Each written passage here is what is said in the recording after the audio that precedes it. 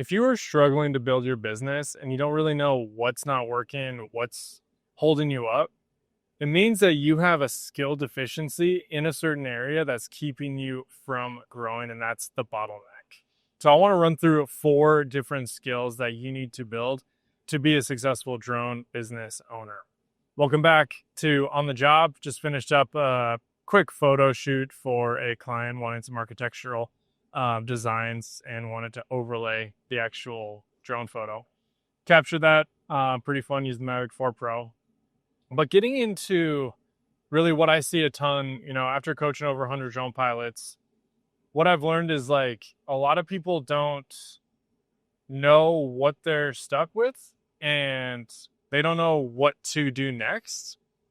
And a lot of the times it's just me uncovering what skill they're deficient in. So skill number 1 that you obviously need to build as a drone operator, you need to be good at drone ops. You need to be excellent when it comes to flying the drone, capturing content, using the tool, because the drone is just like a hammer. If you don't know how to use a hammer correctly, you don't know how to use an axe correctly, it is worthless. It's pointless to have that tool unless you know how to leverage it, unless you know how to maximize its capabilities. So that's number 1. That's really the heart of your business. So you got to be good at drone ops, and especially even if you want to be taken seriously, you just have to be good in the drone operations. Skill number 2, getting your marketing figured out. Marketing 100% is a skill that can be learned. And a lot of times people get into wanting to build their own business, and it's because they like the operations. They like being an operator. They like doing something, and they don't want to work for somebody else. And maybe that's where you're at right now. It's like, hey, I don't want to work for somebody else. I want to work for myself, run my own schedule, build my own thing and see the return for myself. Well, that's a great way to get into entrepreneurship. But as you build the business, you have to change lanes in not being just the operator. Because if you just become an operator, then you just have a different job, and that's flying drones. It's better than working at Kinko's or working at somewhere down the street at a grocery store. But you have to build the skill of marketing. Otherwise, no one's going to find you. No one's going to know what you're doing and how you're doing it, who you're targeting. And most of the time, when drone pilots come to me, they know how to fly. They know how to operate pretty well, potentially. That's bottleneck number 1. And if we can't figure that out, you're not going to make the first $1,000. But if you can get through that, then number 2, you get stuck with the marketing. And that's what keeps us really below, $2,000 a month consistently, because we're maybe jumping on pilot networks. Maybe we're picking the lowest hanging fruit, getting some real estate listings that are, low dollar amounts. Nothing wrong with that. It's just not going to build a sustainable business for you in the long term. We have to focus and basically remove ourselves as an operator and put ourselves into the entrepreneur mindset of, okay, how do I build this thing? I don't want to just go fly and make money. Like when I first started, it was like, okay, how much money can I make today? How much money can I make this hour? How much money can I make in this period of time?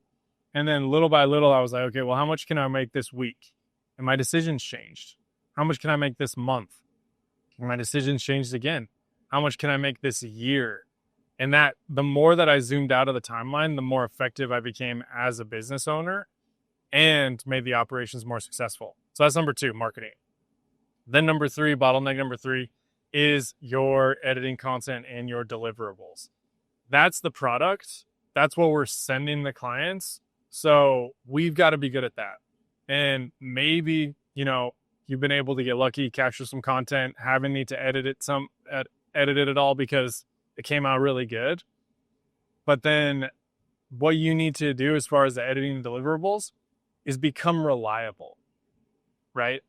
There's so many drone pilots who have drones out there, should probably get lucky, throw the drone in the air, capture some stuff, and not need to necessarily edit it because the footage came out pretty good. Why people pay me is for the reliability. Being reliable day in, day out, week in, week out, every job, having consistent deliverable results and consistent quality. So if you're stuck Maybe you're building out your marketing, your online presence is dialed, you're bringing in inbound leads. Maybe you've got, your outreach is working. Well, if we're not getting recurring jobs, and this is probably where I, probably a year in, started realizing, oh man, I'm not that good at the deliverables. I've got to get better at the editing. I've got to get better at the photo capture. I've got to get better at, all of the softwares in the back end, whatever the deliverable is, mapping, modeling, photogrammetry, all that stuff takes time because that is a skill to build. Same thing with video editing, photo editing. What's great about video and photo editing, though, is that also impacts your marketing presence, because the more you can put high quality content onto your online presence, on social media, online, so people see what you can do. So that's number 3, getting your deliverables dials. And then number 4, the very last one that I'll go over today, the communication, the skill of communication. So many pilots master drone ops, pretty good with the marketing. I think we can all get better with marketing. I know I can. Get the deliverables figured out to where it's good enough. Okay, cool. And then they're like, what's going on? Why am I not getting clients? And then I go, well, tell me what your pitch is. Like, what are you telling people? Like, if you're talking to someone about your services, like, what do you say? And all of a sudden I get this like jargon that like doesn't make any sense about like who they're helping, what they're providing, how like that person can turn into a referral source. It's just total like garbage. And that's because number 4, the communication is the next bottleneck. That's what keeps us down. Once we have mastered the drone ops, once we're building out our marketing, once we got our deliverables dialed and figured out, if you're not good at communicating, then you can't effectively sell. And it's basically like, I don't know if I'd call it the skill of selling, but I think it's just the communication in general. Because at the beginning, you've got sales, educating people about your service, what you're doing, what you're providing, why they would want to hire you. 2, going into the proposal state, going, here's what I recommend for you. A lot of people, and I said this in my last video, but a lot of people, like, they don't really make a good pitch. They don't make a pitch at all. The person goes, yeah, I'm interested in drone services. Like, what can you do for me? And you're like, we can get some footage. I mean, what are you kind of looking for? What do you want? I mean, we can get some photos. Is that what you want? That's a terrible pitch. And if you're doing that, definitely change it up. We want to be able to provide a really good pitch with a solid package that we recommend. And so that's all the communication, right? The proposal, the pitch, the talking through what we recommend, because they're hiring us because we're the expert. So they're usually like, you tell me what I need. What do you recommend? I'm in construction. What do I do? Hey, I'd recommend progress updates. How long is this going to be? 18 months? Okay. I recommend we do monthly, maybe bi-weekly, because you're going to see a lot of change in the first 6 months. We want to get that captured. We also want to show the progression to highlight your capabilities, but to also show investors, bosses, general contractor, excavation companies, whatever it is, anyone touching that project, we want to get everyone on the same page with those progress updates. That's the recommendation and how we build a business with communication. So if you've got all 3 figured out, then we just got to double down on communicating effectively for what, basically recommending what your clients need, working through the sales process. And then after that, once they agree on the terms, then we want to be able to communicate the process. And so going back, when someone reaches out, asks me for a quote, we go back and forth, I give them a price and I say, hey, based on what we're going to be capturing, this is what I recommend as far as this package. Once I get this approved by you, then I'll send over an agreement, get that signed, send over an invoice for whatever the payment terms are, and then we can get you on the schedule to be booked to actually capture the project. That communication is really, really important because it shows the client or the prospect the timeline. And so a lot of times people will be like, hey, we want you to go out and shoot next Wednesday. I'll be like, perfect. And I say that whole blurb, send over the agreement. They don't sign it. Tuesday or Monday, Tuesday comes around. I go, hey, just wondering, are we still moving forward on this? And they go, oh, yeah. What's up? I'm like, okay, well, we still haven't gotten the contract signed. That's just the next thing we need to do before we get you on the schedule. Oh, okay. Sorry about that. Totally understand. Sign the contract. And a lot of times after we actually do the job, or let me talk about the job first. Day of projects, day before project, what is your communication with your client?